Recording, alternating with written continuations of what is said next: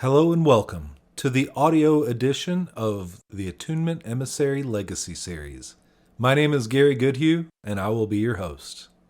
In this episode, we have a wonderful recording of Uranda from April of 1953, titled Being Yourself. And it's a real treat to be able to listen to Uranda, his cadence and the way that he communicates, not to mention just the mystical knowing that comes through his words and the perspective which he's speaking from. Now, fair warning, this piece is an hour long. So it's an hour of him basically just letting it rip. So I'm going to introduce the piece, and then afterwards, going to follow up with a little recap and some added thoughts to kind of pull it all together, because the material's really rich. And after an hour, we kind of lose some of the main points. So I'm going to help refresh those in closing after the audio.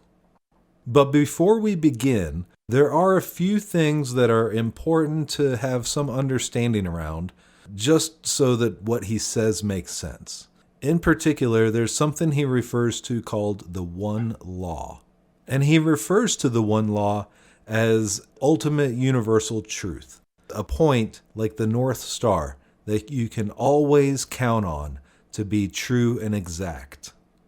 And the one law is taught as a 5-step process, which is radiation, response, attraction, union, unified radiation. And it's also commonly known by those first 2 steps of radiation and response, sometimes described as action, reaction, or cause and effect. However, there's a very particular teaching of the one law which sets up a context. Imagine for me, if you will, for a moment, that you, as a consciousness, as a being, stand in a middle space where above you is the divine realm and below you is the physical realm. The divine realm is constantly in this space of radiating love out through all of creation. And the physical realm is in this receptive space of responding to the love of the Creator, following the divine plan of nature, and naturally unfolding within this creative context. And now insert man right in the middle. And imagine man, or yourself, as a magnet. And on a magnet, there are 2 different poles. There's a positive pole and a negative pole. And so in the context of the one law, the teaching is that the positive pole is positive radiation, and the negative pole is negative response. So the positive-negative relates to magnetics, not necessarily what we think of as good and bad. If man is in his proper place, which is being in negative response to God, receiving God, receptive, and then radiating with positive radiation out into the world, so that God is actually moving through man, then he's in his rightful place, the state that man was in before the fall of consciousness. However, man in current consciousness and separation consciousness, which we've been collectively as a race holding for probably many, many thousands of years, we've come out of that proper orientation. So our magnet has flipped. We've become in negative response to the physical world and in positive radiation to our divine source. A simple example of that is how when things around us and in the world, in the outer world, in the physical world, happen, then we receive that and that affects our inner state. And then we try to radiate out to God, ask or sometimes demand that God does what we want. Regardless, it's a reversed polarity. Man is out of position in his natural relationship to the divinity within and the outer world, the physical world that we live in. What happens with magnetics? When they're lined up right, they all kind of pull towards each other and the current flows all the way through. But when one of them isn't lined up right, instead of those two poles being attracted to their opposite, when the two poles are the same, they have a repelling force. So the result of us being out of position in our divine orientation is that we have this repelling force both towards our divine source and towards the physical outer world. And if you think about it and you look out in the world today and what we've created, it makes sense. You can kind of see it.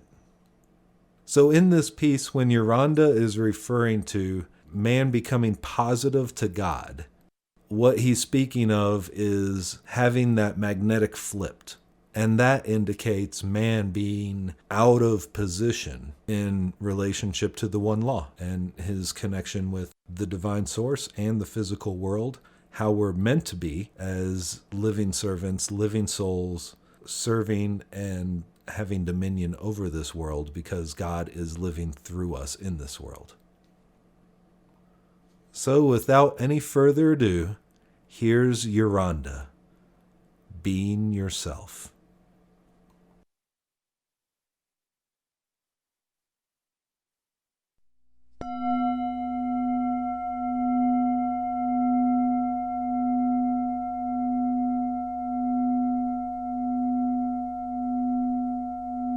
This is April 7th, 1953.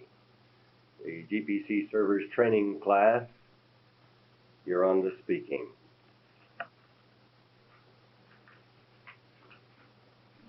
This morning, I would like to share with you meditation upon some basic principles which I trust will make our previous meditations more meaningful and which will make it easier to adequately comprehend the subject matter which we are considering together as we move forward in this class work. It has often been said, it's a widely accepted idea, that man is a gregarious animal. Of course, we recognize that while there are certain evidences that man should be classified as an animal, and while he may, with respect to his physical body, be recognized as the focalization of the animal kingdom, and therefore of all manifest creation on this earth, there is that in man which distinguishes him from the animal kingdom.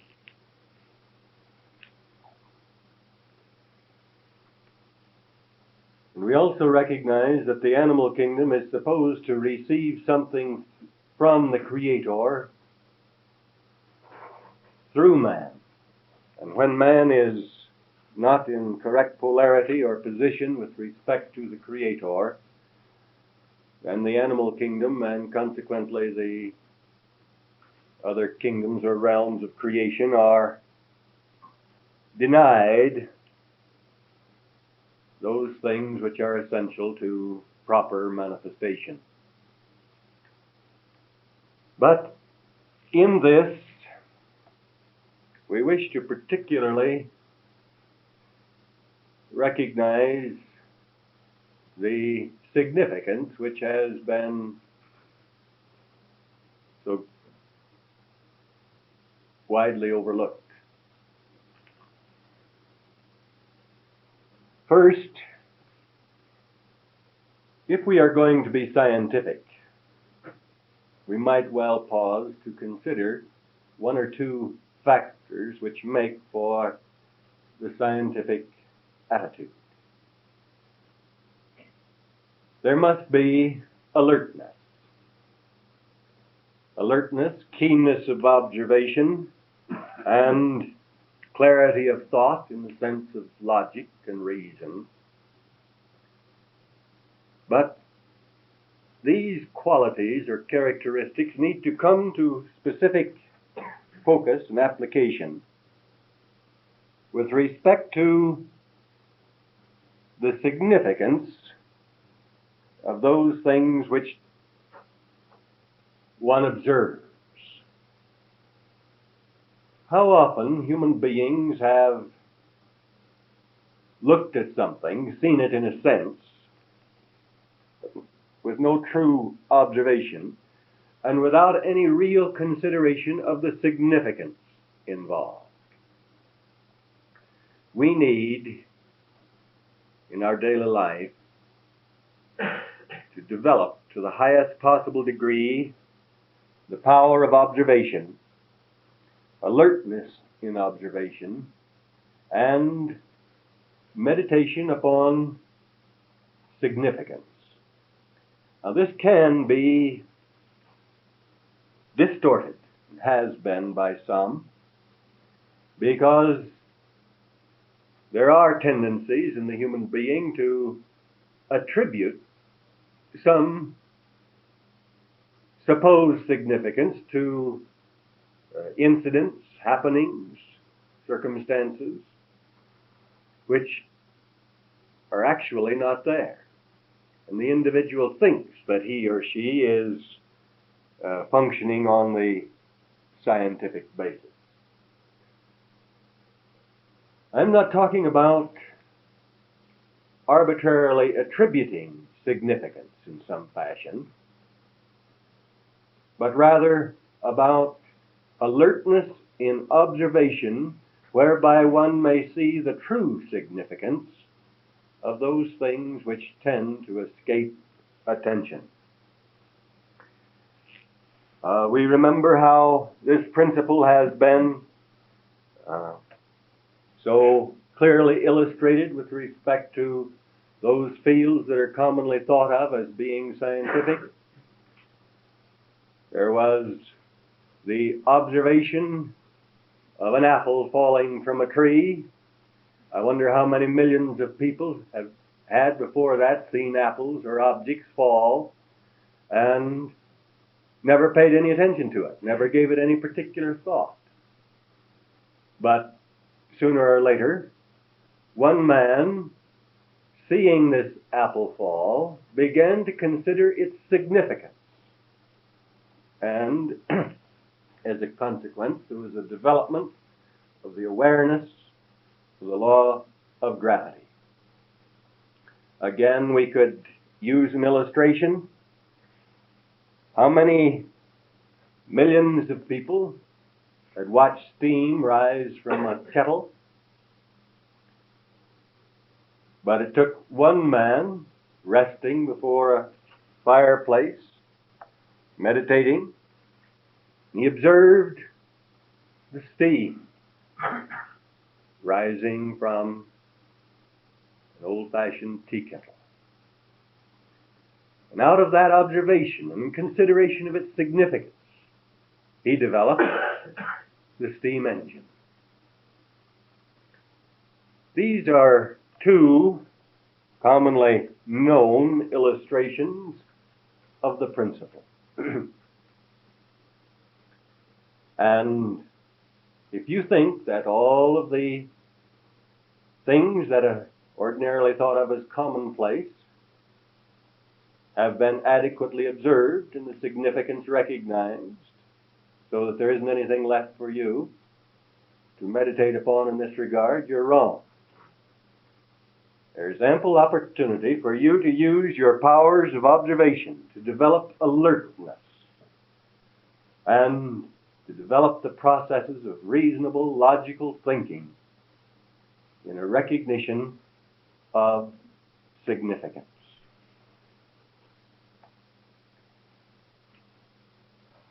If man seems, from the standpoint of casual observation, to be a gregarious animal, And one may point to man's congregation in great cities and groups, his tendency to want to join organizations of various kinds, whether it be churches or secret orders or something of the sort. You can see all kinds of evidence. And yet, what is the significance?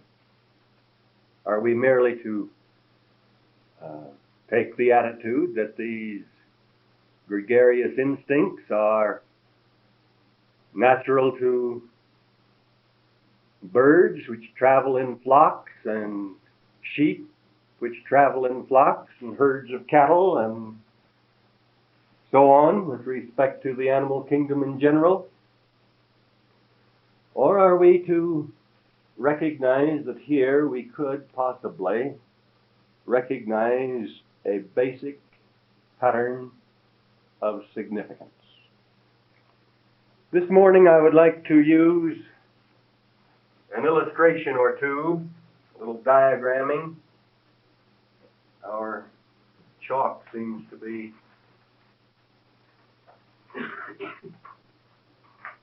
good, thank you.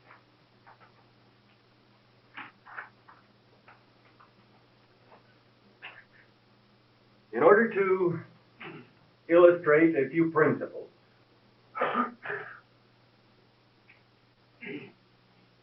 arbitrary representation, shall we say. Of course, any of these diagrams or patterns of meditation on a scientific basis must have the right premise, or you will get nowhere. In other words, if you arbitrarily establish a premise on the basis of assumption, you can, developing from that, make it appear that almost any kind of a concept, belief, or idea is logical. If our processes of reasoning and the development of logic are to have any real meaning, we must be very careful to always have the right premise. And we are especially fortunate in having the privilege of checking back to the one law.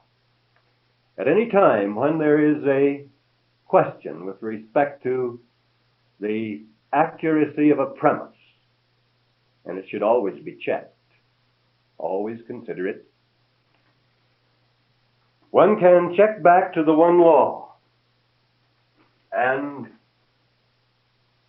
have a compass, a means of determining whether or not the premise is correct. We'll go back to the pattern of man, divine man, as God created him, male and female, before the fall, and recognize that level of life on earth as being illustrated by this single line. We recognize that man became positive toward God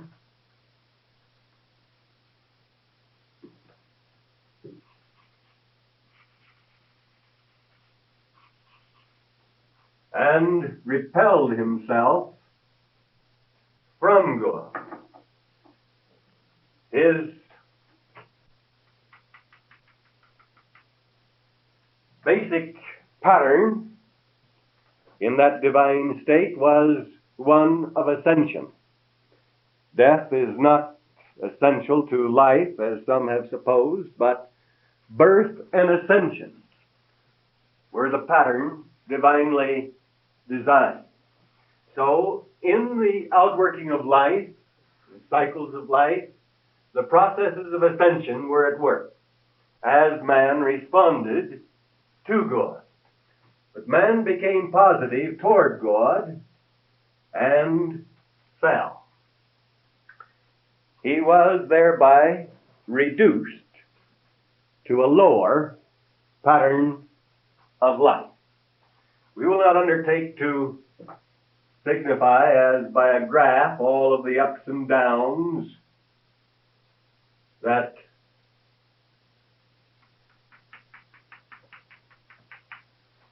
have been involved in relationship to man's development, his devolution to his lowest point of degeneration, the caveman stage and the time of the ice age, etc.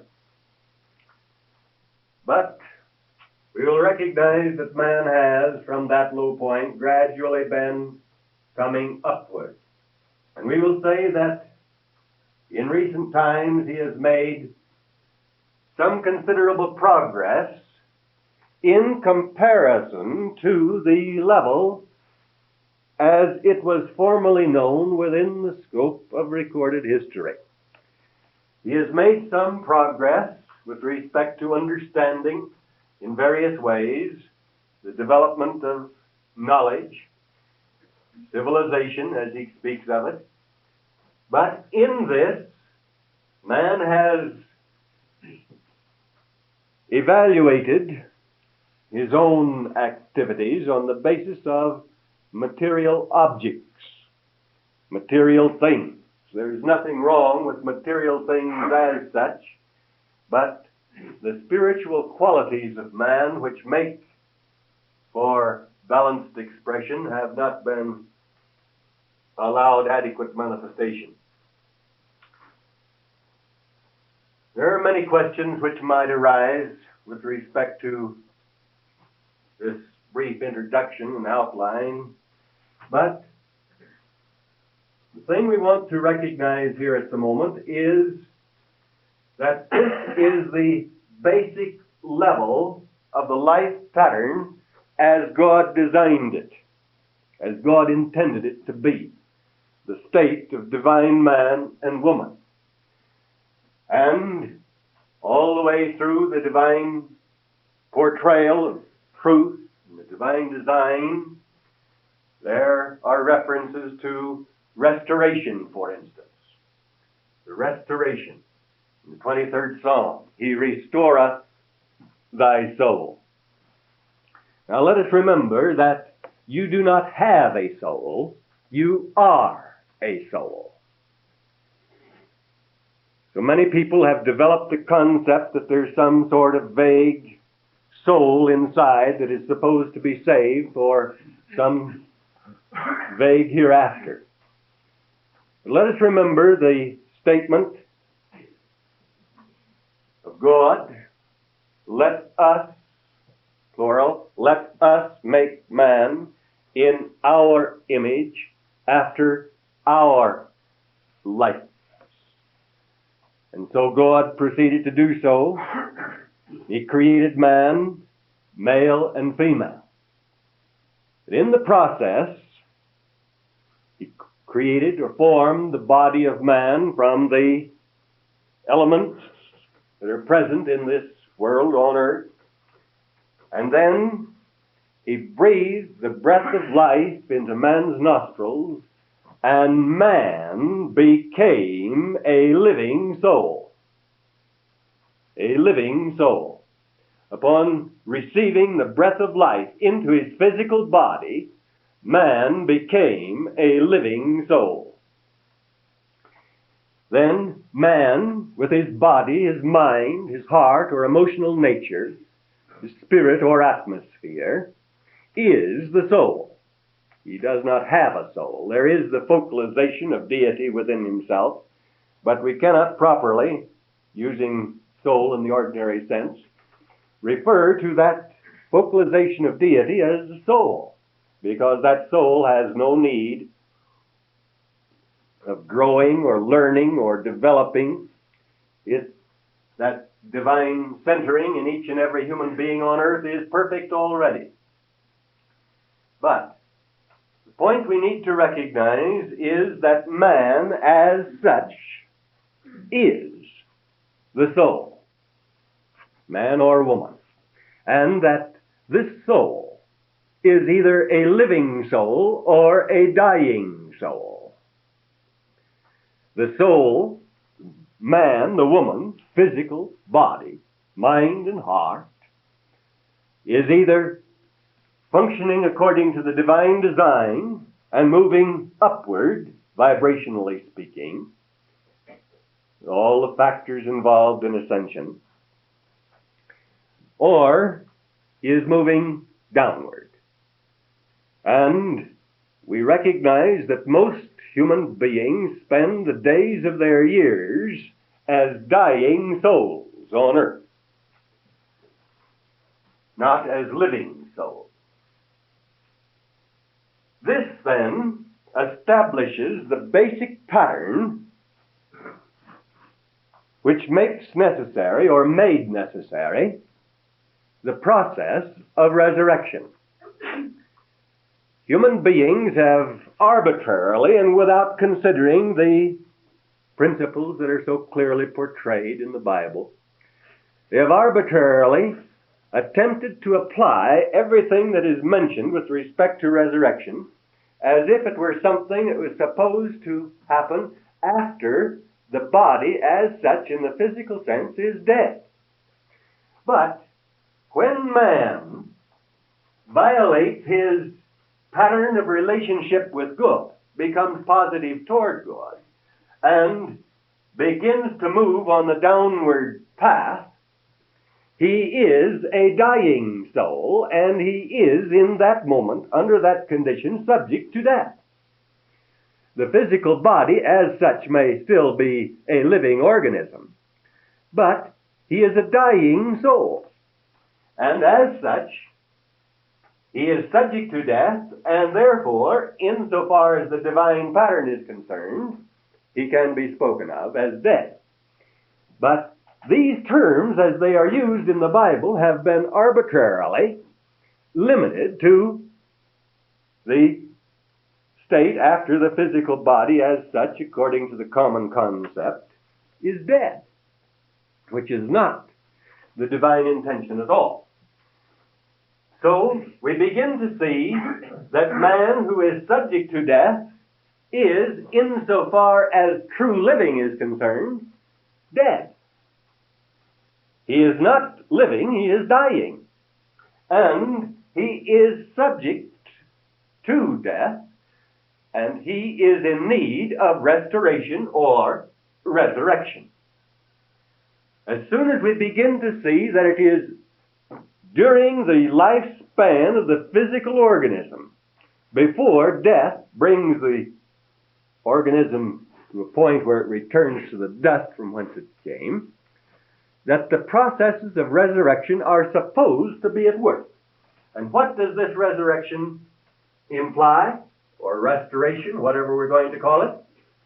It implies that the individual shall come up out of that low estate, vibrationally speaking, into which man has fallen, and be restored to the level, the divinely established level of divine man and woman on earth. Resurrected from the state of being a dying soul to the state of being a living soul here on earth. Once we begin to actually see this and to recognize it and accept it in relationship to ourselves, the application of the laws and principles of life is greatly simplified. So, we are supposed, by reason of response to God, to begin to move on that upward path. The master called it the straight and narrow way, or the straight gate, etc. And few there be who find it. It's mentioned in many ways through the Bible. We can see it in relationship to other sacred writings. We can see it in nature itself. The working of the law. But now, when we begin to see that the restoration or the resurrection is not something that is supposed to take man out of his divinely ordained environment. God did not create man to be in some other level of being or creation. God created man for the specific purpose of having him live right here on earth. And man, as such, cannot live anywhere else. Man, as man, cannot live in any other realm. He was specifically created to live on earth, and it is here on earth that he has his divine purpose. It is here on earth that he is to have his fulfillment. And until we begin to realize that God did not change his plan after he created man. He created man to be on earth, to live on earth, to serve on earth, to find his fulfillment on earth. And after man fell, and God began to work out the processes of restoration, he did not change his plan to make it apply to some other realm, some other level of being. The whole matter of salvation or restoration or resurrection, whatever we're going to call it, is something that properly works out here on earth to restore man to the divinely established level of being on earth.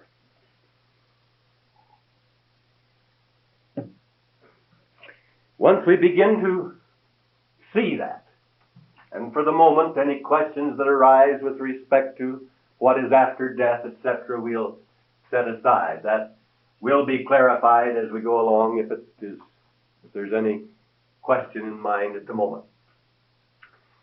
But our divine purpose is on earth. God created man, and when he received the breath of life into his body, man became a living soul. When man rebelled against God and tried to function as God, man became a dying soul and repelled himself from God. So that the pattern of existence down here does not correctly or accurately portray the life pattern of any human being. No matter how good the human being is, no matter how wise or anything else, this life pattern, which is possible down here, does not allow the individual to express that which he or she truly is. Not until there is a restoration to this divinely established level of being can the pattern of life reveal the true nature of your own being. So, the process of the resurrection, restoration, or salvation, so that the dying soul becomes a living soul, is basic. Now, as these factors are allowed to remain clearly in consciousness, we may consider specifically the point with which we began this meditation.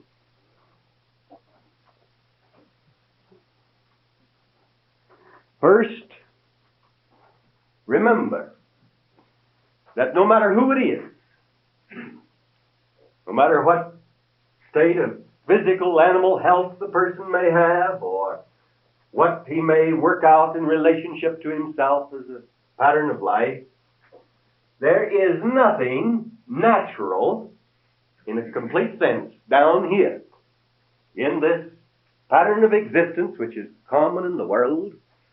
Everything is subnormal until we can actually recognize that and stop trying to evaluate various factors on the basis of a subnormal situation.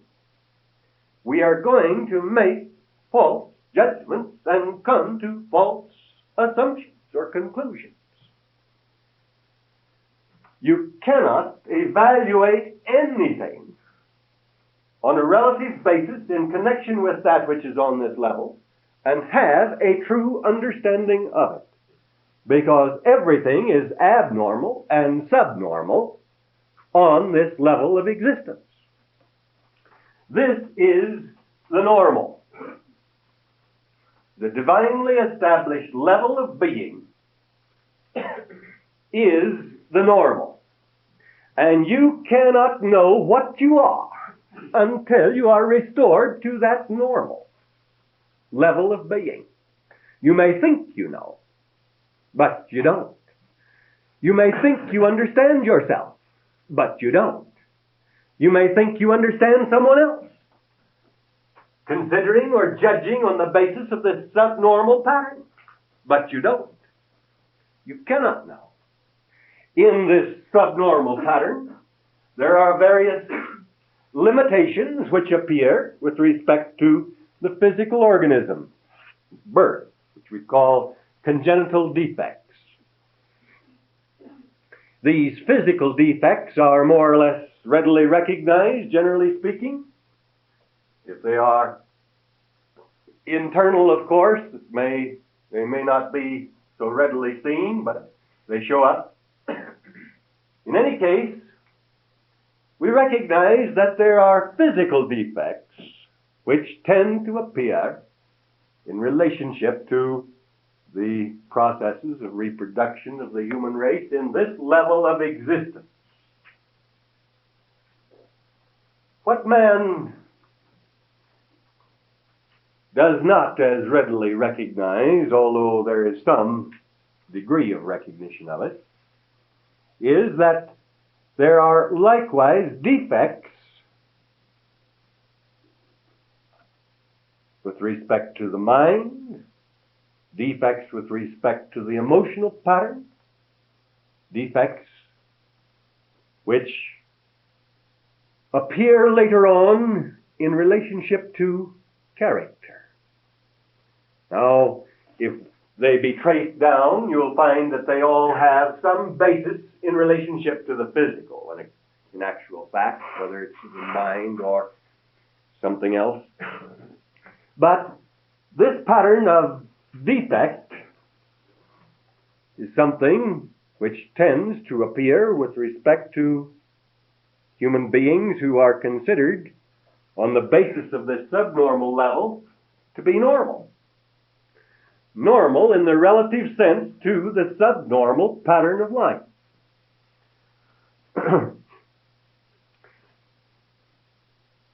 In this, then, we have an introductory key with respect to the study of character, the reasons why human beings are as they are. It provides a starting point with respect to meditation or consideration of what might be called the criminal type or any other type that is considered to be abnormal to the supposed normal of the subnormal pattern. But once you begin to actually realize that this is at best a subnormal pattern and merely attempting to help people to conform with that subnormal pattern does not actually solve their problems. It does not actually clear the difficulty. Merely attempting to get people into what is commonly accepted as the normal in relationship to the subnormal pattern of existence. Now, if we see that in this subnormal pattern of existence, the human tendency is to expect each individual to be more or less a complete thing in himself, to conform to a pattern, to be a man or to be a woman. There's more or less a general idea, varies with different people, different nations, different groups, different levels of mentality, etc. But there's more or less a common concept of a basic pattern. And the nearer the individual conforms to that, the more acceptable the individual is as a man or a woman. It's a process of rubber stamp development. Or one might say stamping tin soldiers out of some metal. They're all to be the same thing, more or less. And human efforts on the basis of this subnormal pattern are, to a high degree, when you stop and look at it, attempting to get everyone to conform to these arbitrarily established concepts of what a normal man or a normal woman is. And anything that appears to vary from that basic pattern that man has developed is supposed to be something that is troublesome. Parents get all bothered. They think son or daughter is developing something we don't understand, etc. And very often they tend to become more or less violent in their efforts to force conforming with that basic pattern as it is humanly conceived to be. But this is only a level of existence. Man here is a dying soul. And dying souls compare themselves to dying souls. And the relative aspects, the relative degrees, are the basis of judgment. If the dying soul has reached a point of being completely dead, it's the extreme limit. But if the dying soul seems to have a reasonably healthy body, is more or less conforming to that arbitrary concept of what a man or woman should be, well then, that human being is normal. And the whole thing is on the basis of relativity within the scope of a subnormal pattern. And regardless of what is done on that basis, the individuals involved are still dying souls. There are only temporary results to be achieved. And yet that is the sphere in which most human beings are at work, trying to improve the world, trying to help human beings. Until we recognize the principle of restoration here, resurrection, we cannot have a true attitude toward service. Now, instead of arbitrarily trying to make every human being conform to that arbitrarily established pattern, we should recognize that on the basis of the normal, the divinely established normal level of life, for living souls, each one is supposed to be different from every other one. And no human being is supposed to be complete in himself. No human being is supposed to be complete in himself. This gregarious instinct, which we mentioned, emphasizes that, does it not? When you stop and look at the significance of it, man's application of it, simply congregating in great cities, etc., is not in accord with its significance. But it does show that human beings instinctively know within themselves that they are not supposed to be complete within themselves. And yet, how many human beings there are who, having the popular concepts drilled into them, feel that if they are not complete in some sense or other, go through their period of existence feeling a sense of guilt, a sense of shame, judging themselves because, according to some concept or other, the individual is not complete. the futility, the needless futility that fills human hearts and lives, that springs out of this one point. And unless you see it clearly, you cannot be of any real service to others. Because whenever any human being comes to you for assistance in movement along the way of life, whatever the reason may be on the surface, that individual recognizes within himself or herself a distortion pattern. There is a feeling of futility in some fashion, to some degree. If it's hidden under a shell of some kind with which the individual hopes to protect himself, it's still there. And the sense of failure, the sense of futility, the sense of shame because one doesn't conform to that arbitrarily established pattern, will be constantly getting in the way of whatever you do to assist that individual. Constantly blocking you. I don't care what you do.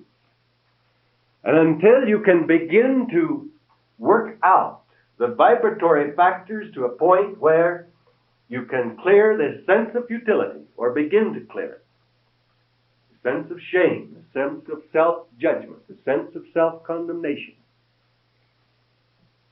until that begins to clear out,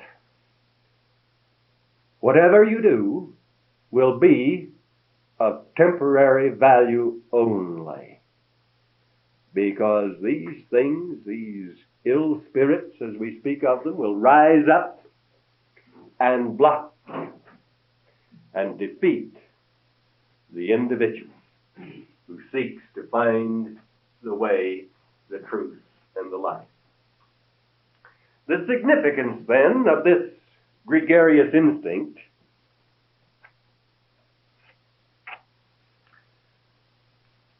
is to be seen in part in the fact that man dimly realizes within himself that he is not complete by himself, and that he isn't supposed to be. That his completeness depends upon the wholeness with respect to his fellows. And it is only in our relationships with the whole that we can begin to know true, complete, adequate fulfillment. Now that point is seen to some degree, but not adequately. Let us then look at it for a moment from the standpoint of the divine level, that is, the true normal. We cannot arbitrarily project ourselves to that level.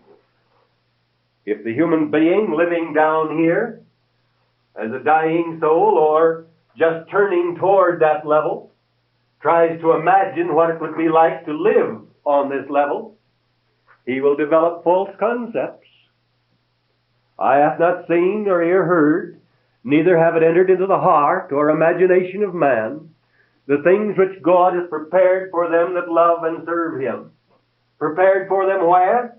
Up in some vague, far distant heaven? No. Here on earth, in relationship to the true normal of living. Now there is, of course, the higher or inner realm of being, and we're not in any sense disparaging that, but man as such cannot get into that realm. He does not need to. He is not supposed to. Man, as we know ourselves, one another, is supposed to be functioning here on earth. In the limited state of consciousness, with perception dulled by the narcotic influence of the forbidden fruit, human beings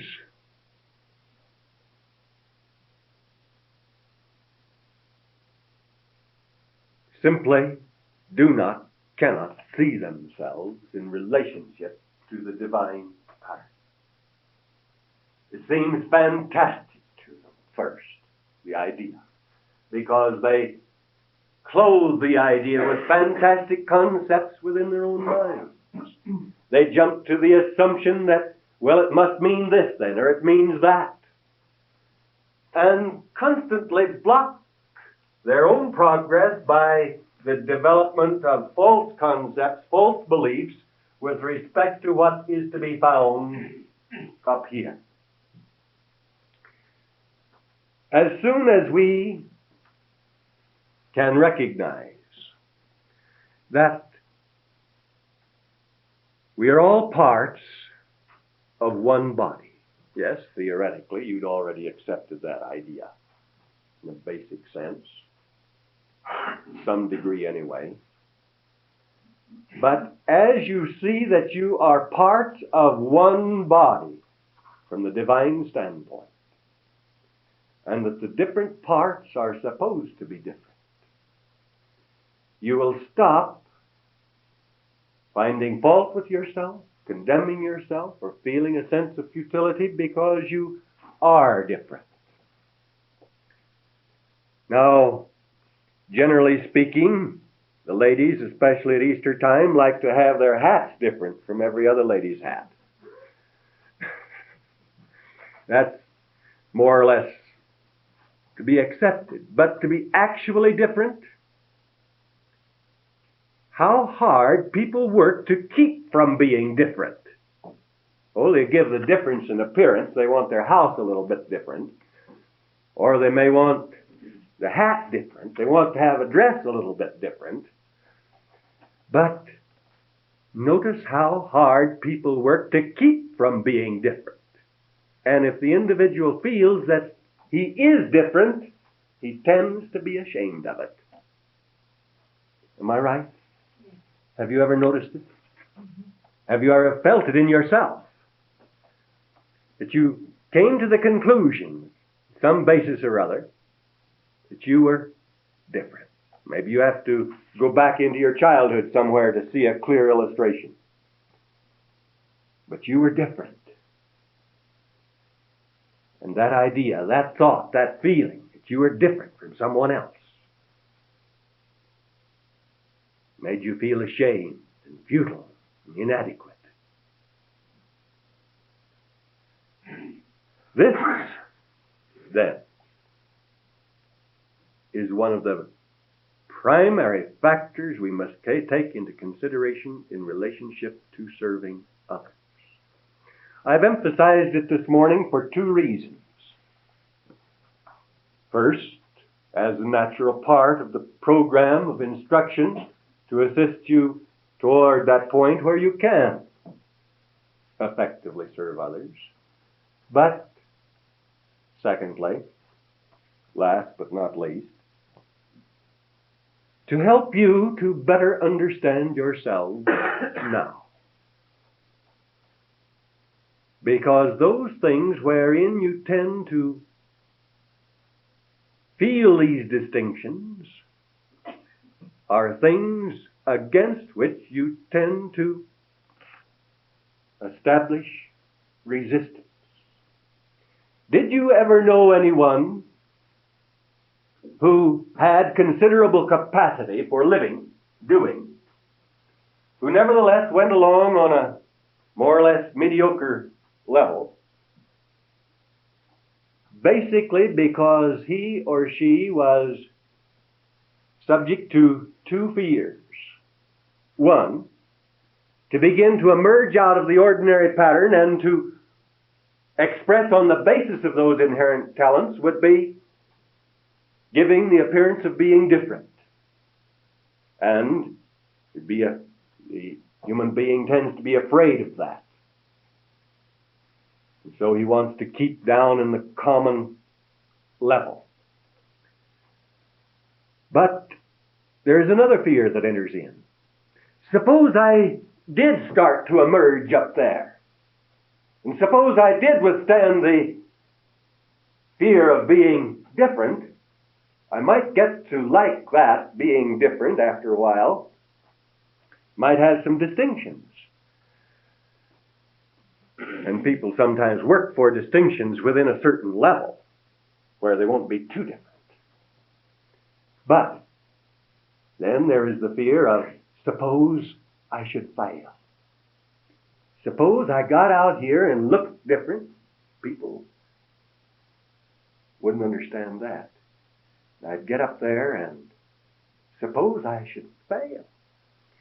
Then I'd be the laughing stock. Then those two fears.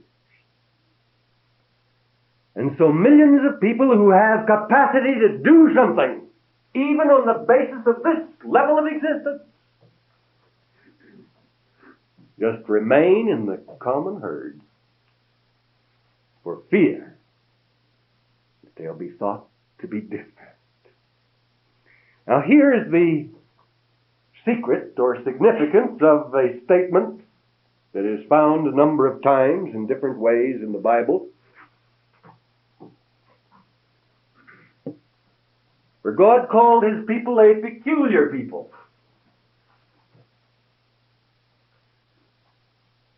And so some people have taken that to mean that they should try to be peculiar. And some of them have made quite a success of it.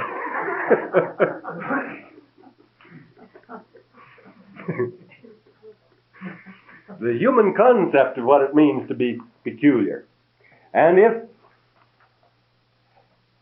they can get a whole group of people to be peculiar all at once so that they won't be too different from the other peculiar people with them, they can afford to be peculiar in relationship to the rest of humanity.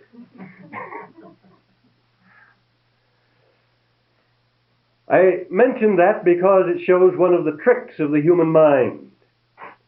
And also because the true significance of it is that each one is peculiar or distinct, different from every other. And human beings tend to smother over, limit the patterns of their distinctions. They try to hide their distinctions, their real qualities and abilities. A peculiar people, not as to a nation, not as to color of skin or something, but from the standpoint of being willing to be different without being ashamed of it. Being willing to begin to be what one ought to be. But while you're going through this process of resurrection, ascension, progress along the way, you will not at any point along the way be able to say, this is what I am, or I know what I am going to be, or how I shall be. Because while you're moving along that path in the process of resurrection, your vision with respect to the truth as it applies to you will be changing day by day. The truth won't be changing. The truth will be the same. But your vision of it will be changing. Your concept of it will be changing. Your ability to comprehend it will be changing. So, one must be careful not to come to any fixed conclusions with respect to one's own distinctions. But in this body of humanity, we are supposed to have all of those factors, characteristics, capacities, which will allow the fullness of the expression of the body of God on earth. Man is supposed to be the body of God on this level of being. Mankind, the whole human family. And it takes all the different parts distinct to make it so. Did you ever look at a very complicated machine that man has invented or developed and consider all the different parts, the peculiar little designs with respect to every part? If man attempted to develop and utilize his machines as he attempts to function himself, he wouldn't go very far, would he? No. But in these intricate machines, there are so many different designs, so many different instruments, or so many different patterns. And each one is distinct. And one is glad to see that they are when one comes to operate the machine. You could apply the principle to the automobile. It becomes a little more spectacular, shall we say, when we apply it to the airplane. Suppose I took our plane out and got out here above the mountains and suddenly found that the altimeter was trying to imitate the tachymeter or something else. Suppose the instruments all decided they wanted to be something else, or they wanted to act like the compass. The compass is of value only when it acts like a compass. The altimeter is of value only when it acts like an altimeter. And I want that tachymeter to tell me what the RPM on the engine is. So, each one of those instruments is distinct in its characteristics, in its nature, in its function. And we don't want them all trying to be the same thing. If we carried it out a little, we could see some rather fantastic results that might appear. But I don't think we need to do that. The important thing is to realize that you are supposed to be an instrument or an organ or a part in the body of God on earth. That it isn't your business to try to get out of the earth or away from life. It is your business to go through the processes of the resurrection here on earth in this present time, so that you can be restored to the divinely established level of life for this earth, for this world, and that will be the restoration of paradise or the Garden of Eden to the face of the earth. It will be heaven and earth shall be one. The distinctions, in the sense of separation or the veil between, will be gone. Man cannot see his relationship to God and the things of God while he was down here as a dying soul. Not until he is resurrected to the level of his true nature, his true state of being, can he begin to adequately understand his own relationship to God. And it is only as we are able to inspire that pattern of response which will let go, yield, and allow the process of the resurrection now that we can truly serve. It is only as we are able to inspire victory over these spirits of shame, self-judgment, and fear, that we can be of any real service to others. And in this you see how important it is for you to learn to speak in the current of the Spirit of God, to let God's wisdom find expression in and through you. You as a human being, down here in this level of existence, cannot find the way yourself, by yourself, through your own efforts. It is only as we function on the basis of togetherness, the brotherhood of man, under the fatherhood of God, that we can go through the resurrection. You as a human being cannot guide, direct, or send someone else up there. Only as you let yourself actually go through the process can you lead others along the path and inspire them and give the courage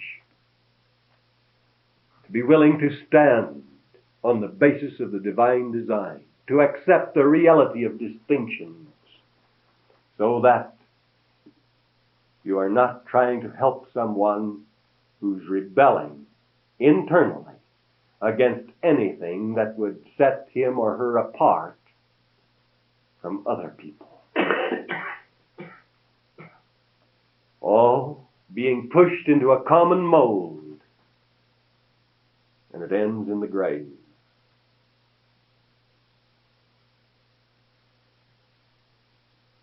Once we begin to be living souls, once we begin to go through the process of the resurrection, the restoration, He restoreth your soul.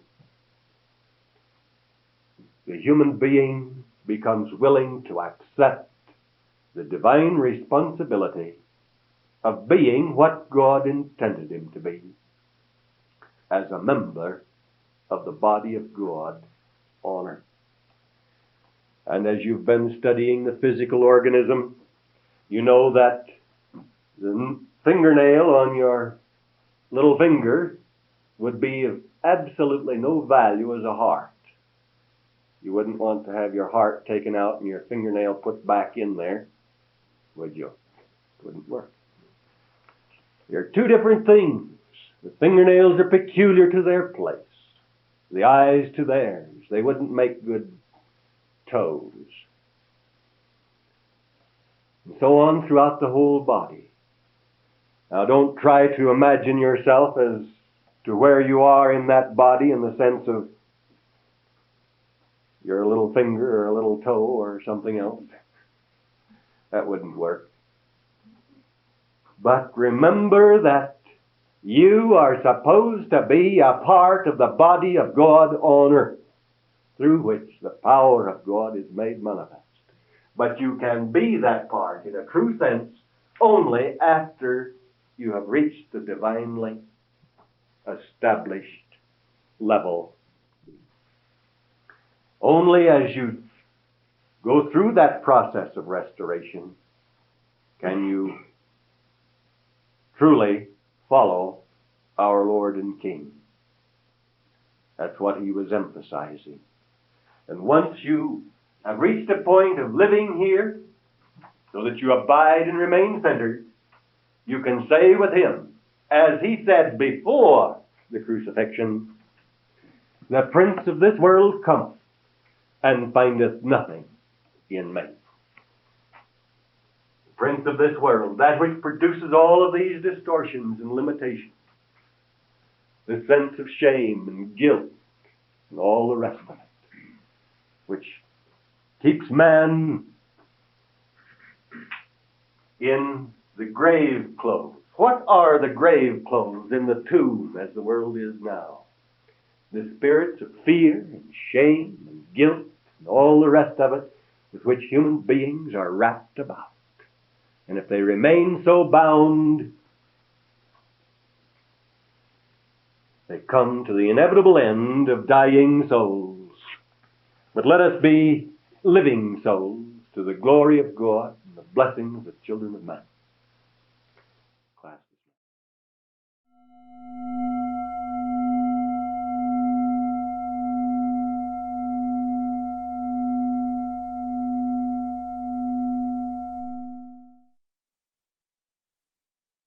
Wow, that was amazing. From a class from 1953, Uranda took us on this journey through the living soul and the dying soul and the normal pattern and the subnormal. And I want to go through this material a little bit further, starting from the beginning. Kind of quickly skim over his talk and everything that he weaved together here inside of this piece. He starts out talking about man as being classified as an animal because our physical body is of the animal world in this kingdom, and so would be rightly recognized as the focalization of the animal kingdom, like the crowning creation. Then makes a really interesting connection that man, in his rightful polarity, as the crowning creation of the physical animal kingdom, is supposed to be giving something to the animal kingdom that would be received through man from the Creator. And that when man is not in his correct polarity or position with respect to the Creator, then the animal kingdom doesn't receive that, as well as all the other kingdoms on earth. And that's a big responsibility for each of us, to be in right position with the Creator and with creation, this physical earth. From there, he goes into the scientific attitude, which I really love because for myself, I've explored spirituality through almost like a scientific perspective without necessarily learning science. But actually by using some of these things that he highlights, such as alertness, keenness of observation, and clarity of thought in the sense of logic and reason. And I think these are some of the gifts and qualities of the conscious mind. And so being of the conscious mind, they're not necessarily meant to be revered as the ultimate point of man's capacities.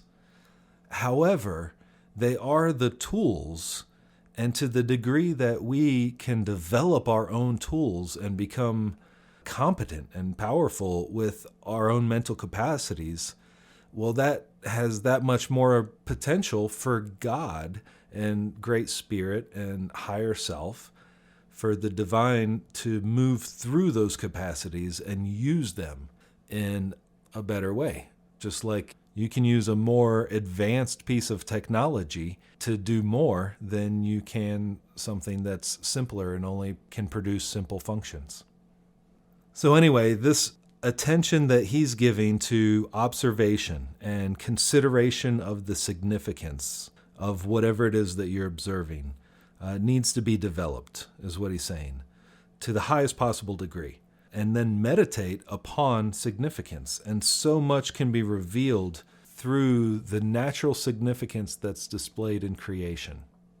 However, this comes with a warning that the tendency is to arbitrarily attribute significance instead of recognizing it through alertness and observation. And we have a habit of that, for sure. My understanding is that humans are meaning-making machines. We can take just about anything and make it mean something and attribute significance. We can also choose to believe or not believe just about anything, regardless of any presentation of facts or ideas otherwise. And here's what Uranda actually said inside this piece about that. If you arbitrarily establish a premise on the basis of assumption, you can, developing from that, make it appear that most any kind of the concept, belief, or idea is logical. If our processes of reasoning and development of logic are to have any meaning, we must be very careful to always have the right premise. And the premise that he's referring to that we can check back to as a compass is the one law, what we started out this recording with in the beginning. So Uranda continues talking about how man flipped his polarity, became positive towards God, and repelled himself from God, and therefore fell. He was reduced to a lower pattern of life because he was operating out of the natural magnetic flow of Creator and creation and his place within it as the way I like to think of it is as both creation of the creator and creator of the creation.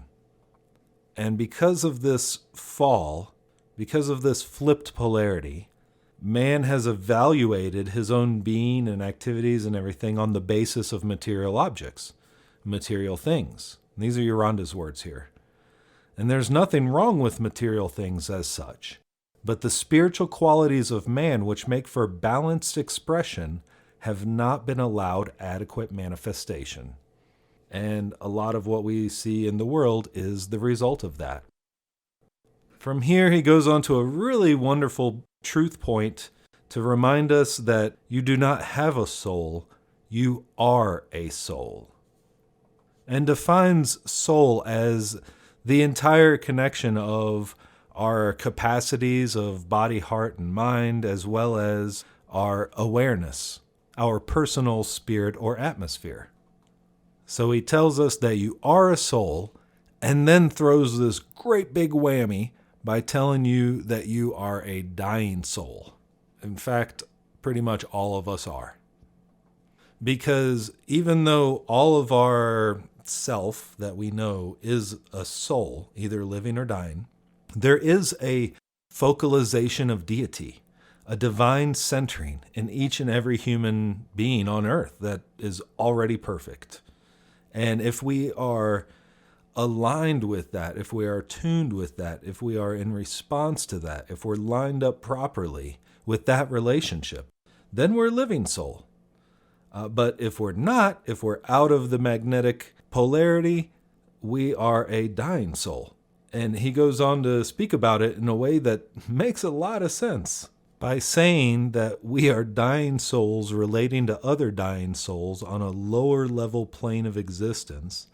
And we don't know any better. Kind of like a fish in the water that doesn't know it's in the water because it's all it's ever known. And because of this state of humanity's consciousness, we are subject to death. And we experience that in our physical bodies. We experience that in our culture, in our entertainment. There's so much in our world that is actually death-focused. And so in Uranda's words, he is not living, he is dying, and is subject to death. And he is in need of restoration or resurrection. He speaks some about how the resurrection is not necessarily about returning from the dead after your body has died in Jesus, or it's not necessarily going into some higher planes of existence and astral realms and ascending in that way, because we're meant to be right here on earth in our bodies on this plane. Only we're meant to be lined up a certain way by responding to God and yielding to the divine source and inner presence to move through us, and thereby having a different impact on our world than the one we currently have as a society, with our ego separation, and the results of that are becoming clear. So the resurrection is needed. The way Uranda says it is salvation or restoration or resurrection is something that properly works out here on earth to restore man to the divinely established level of being on earth. And that is our divine purpose on earth. But evidently, at some point, man rebelled against God, tried to function as God, became a dying soul, and repelled himself from God, so that the pattern of existence down here does not correctly or accurately portray the life pattern of any human being. No matter how good the human being is, no matter how wise or anything else. The life pattern which is possible down here does not allow the individual to express that which he or she truly is. And those were all Uranda's words from this piece that I just read. Because he comes into this space now of telling us, straight up, there is nothing natural in its complete sense down here in this pattern of existence, which is common in the world. Everything is subnormal. And another word for subnormal is abnormal. And in this world, looking at how humans treat each other, it's not too difficult to agree that there's a lot of abnormal activity that has just become part of the culture of this world, commonplace. And so Uranda says that the divinely established level of being is the normal. And you cannot know what you are until you are restored to that normal level of being. We can't know what that normal level of being is because we are in the subnormal state. And so we could have ideas of it, we could have beliefs around it, we could have all these concepts, which I think go back earlier to what he was talking about, building out logic and reasoning based off of an assumption. Because we don't truly know until we actually know and have the experience. And that doesn't truly happen until we start responding to the divine presence, to the wonderful one within, thereby bringing ourselves back into right polarity with these essential dimensions of our reality. The inner world, our divine connection, and the outer world, the physical world we live in. But in the way it is, as it is, in the subnormal pattern and the subnormal way of being that we kind of have created for ourselves as a humanity, there are defects that manifest in all different kinds of ways, from the physical to the emotional and mental. Also, there is cultural collective pressure to conform to a pattern and some idea that expects each individual to be more or less a complete thing in themselves, which he emphatically disagrees with, saying that humans are meant to be together, to operate together, that each one of us are unique, a special piece, kind of created with God, with special talents and abilities. And we tend to compare ourselves with each other. And we don't want to stand out too much. We don't want to be too unique, but just unique enough, just a little bit. And really, this all boils down to, because we are all parts of one body, our sense of fulfillment relies and depends upon the wholeness with respect to our other fellows, the relationships that we have with this whole greater picture that we are part of. And I think he's really saying here that the reason a lot of people keep themselves from making this great polarity shift and lining up properly once they're aware of it is because they don't want to be too different from other people. And there's two different fears that come up around this. One is that you begin to express out of the ordinary pattern, which is the subnormal or abnormal pattern. Your talents and spirit awakens things in you, and so you begin to become so different that you're unrelatable to the common experience, which is a fear. It's also a good reminder that the common experience is abnormal. The other main fear that comes up for people is the fear of failure. What if I try and I'm not able to do it? What does that mean about me, my worth, my value? But both of these fears are operating out of the subnormal, abnormal state of consciousness. The truth is that you were designed to operate this way, in right orientation. There really can be no failure because you are inherently designed that way. It might just take practice. And is it really that scary to step out from the herd and be different? I think even though when we're different, we kind of cry to ourselves and say, I just want to be normal. But the truth is, all normal people just want to be different. There's something inside of the heart of each of us that knows how unique and how different and how special we are and wants to know that by expressing that. So Uranda advises that while we're going through this process of resurrection or ascension or progress along the way. He says that you won't be able to say, this is what I am, or I know what I'm going to be, or how I'm going to be. Because while you're moving along the path in the process of resurrection, your vision with respect to the truth as it applies to you will be changing day by day. The truth is not changing. The truth is the same. But your vision of it will be changing. Your concept of it will be changing. Your ability to comprehend it will be changing. And so to not come to any fixed conclusions with respect to your own distinctions of knowing who you are, because you are changing. Who you were is not who you are, and who you are is not who you will be. Uranda says that it's important to realize that you are supposed to be an instrument or an organ or a part in the body of God on earth. We are supposed to be connected to this world, living in this world, working together with all the rest of creation as one body. And we have to go through our own divine reconnection and realignment, that process of resurrection here on earth, so that each one of us can be restored to the divinely established level of life. And that's how heaven and earth shall be one. Until we do that, we're in a subnormal pattern of existence as a dying soul.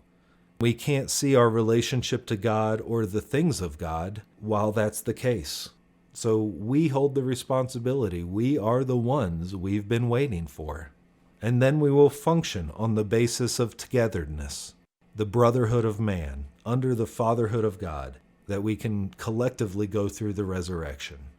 And I know that Uranda's works, and sometimes I fall into this too, it's all very masculine based. There's a focus on he in relationship to man. I just wanted to say none of this is gender specific. It doesn't matter whether you're male or female or any of it. The he just comes from a long history of mankind's having this patriarchal dominance. But man includes both man and woman. And the fatherhood of God also includes the motherhood of God, because the principle of gender is at work through all of creation always. So Uranda recommends that we clear out the spirits of fear, shame, guilt, all the rest of it, and we come to know our own source. We engage in the process of our own resurrection, and we abide and remain centered in our response to the spiritual source within, the wonderful one within, the master within, our own living God, I am presence, that we may be living souls to the glory of God and the blessing of the children of men. I feel blessed to be able to receive this message from him from almost 70 years ago and to be able to share it with all of you. With much love from the infinite one heart of all that is, blessings. Until the next time.